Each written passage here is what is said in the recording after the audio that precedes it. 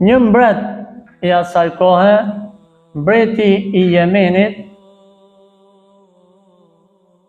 fillon të shfaqit xhelozi për Qabën, duke pa që në Qabe shkonin shumë njerëz dhe kishte Qabja një vlerësim të madh në mesin e banorëve të Mekës, por dhe në mesin e arabëve në përgjithësi.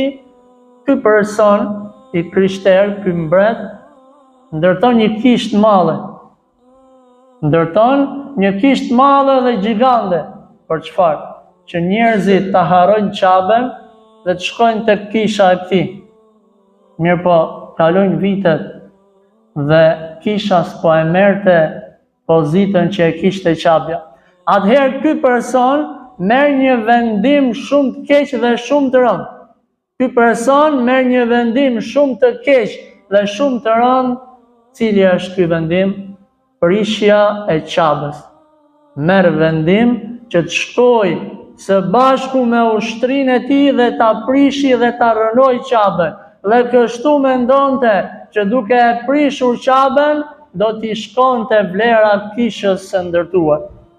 E merr ushtrinë e tij. I merr ushtarët e tij dhe së bashku me to i merr edhe disa elefant të mëdhenj dhe në mesin e tyre njëri prej tyre më i madhi i gjithëve. Dhe nisen drejt Qabës së bekuar për çfarë? Për ta shembur atë. Futen në Mekë dhe fillojnë të bëjnë shkatrime të ndryshme. Prej shkatrimeve që i bën ishte marrja e bagëtive nga njerëz. Dhe prej tyre që i marrin 200 deve ishte gjyshi i pejgamberit alayhis salam Abdul Muttalibi, të cilit ja marrin me pa të drejtë 200 deve. I shkon lajmi Abdul Muttalibit dhe i thon filani po vjen. S'kemi mundësi me i bo ballë, me i dalë përpara, mirë po na i ka marrë dhe 200 devet e tua.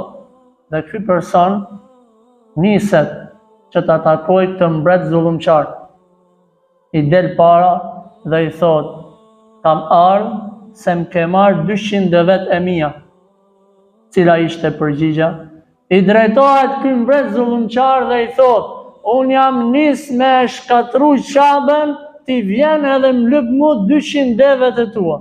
Pa çfarë vlerë kanë devet para Qabës? I thot ky person, gjyshi i pejgamberit alayhis salam, një përgjigje shumë bukur. I thot, unë jam pronari i deveve, ndërsa pronari i Qabës është Allahu i